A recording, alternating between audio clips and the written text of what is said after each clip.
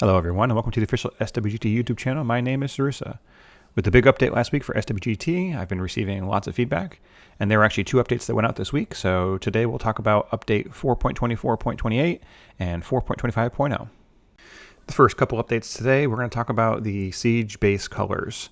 So this is a packet that gets sent from the game over to SWGT via the plugin, and there's actually, I don't know if Compto has changed it or we made changes or something, but anyways, long story short, I was looking into web stats, and this packet is getting sent up to the server about 55,000 times an hour. So it is a very chatty, very busy packet, but there's no real data in it that SWGT needs more than a few times an hour.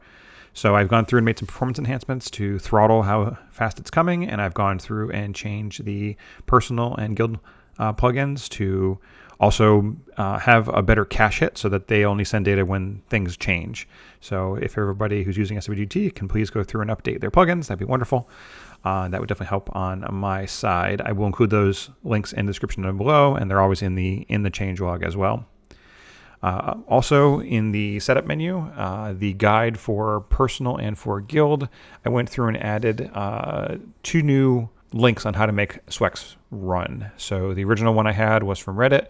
I did go through and add the official one from SWGT, and I did add the video from Shizo, who went through and explained how to get it all working nice and easily on a video. So based on your comfort level on how you want to see things, whether you read them or you watch a video, just another little small enhancement to our guides to make things a little bit smoother.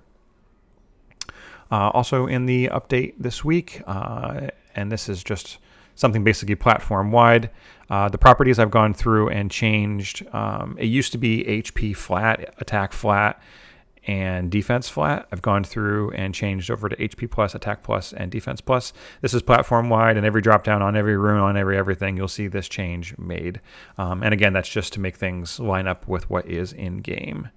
There was a colorization issue on the labels in dark mode specifically. It just wasn't showing in the backup, so those colorization issues are fixed as well.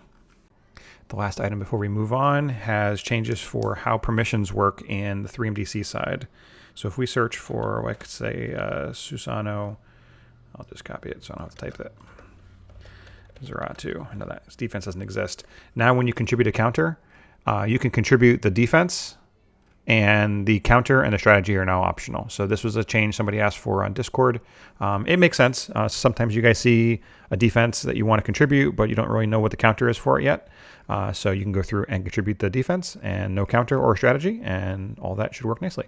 The next line on the update takes us over to Team Builder. And if we go into one of the teams and you hover over the monsters in a bug that was reported by some users, if you moused over this rune, it would show the value for this rune.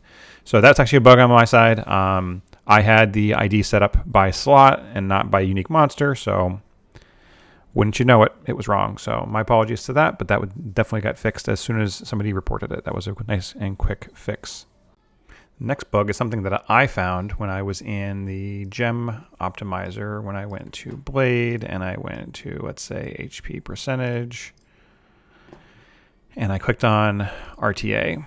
So this rune is on Vertihill, and so when you actually clicked on it, it would show the unit that it was on from non-RTA. So I went through and made those fixes, so that way everything matches up. So if you click on something in RTA, it's going to show you something in RTA up here. So all that lines up nicely. There's also a bunch of changes that were done on the Rune Detail, the Gem optimizer, and the Grind optimizer, just to making it more mobile friendly. There were some alignment issues, some spacing issues, some of the buttons didn't look properly. So I went through and fixed all that, so that all looks fantastic.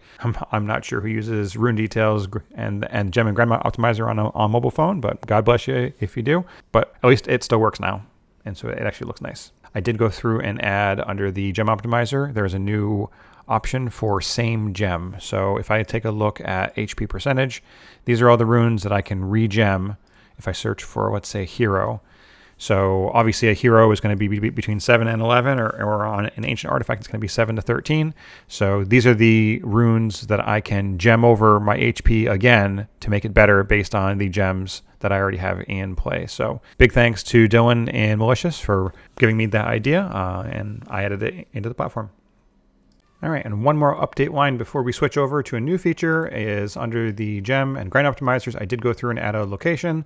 So you could say, show me all the runes that I can gem with HP percent with an RTA build and that are currently equipped on a monster or that currently are sitting in inventory. Before, without the location filter, the RTA filter would only show you runes that were attached to RTA units because that's how, of course, we know whether a rune is RTA or not because there's no such thing as RTA inventory for the runes. So that filter in combination with the build now should work the way that people expect it to. All right, and now on to a new and shiny feature.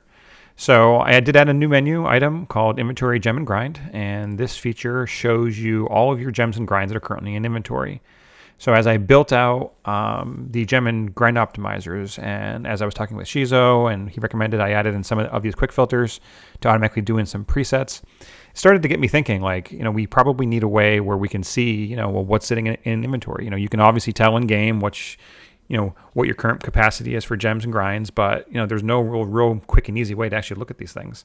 And then with the whole quick filter idea, it'd be great if I could just come in, look at my gem and grind, and then just click on it, and it takes me right in and pre-selects things. So kind of a nice feature. I built out this. It's an accordion based. So if you click on this one, obviously, and that expands. If you click on this one, it'll actually collapse that one and expand this.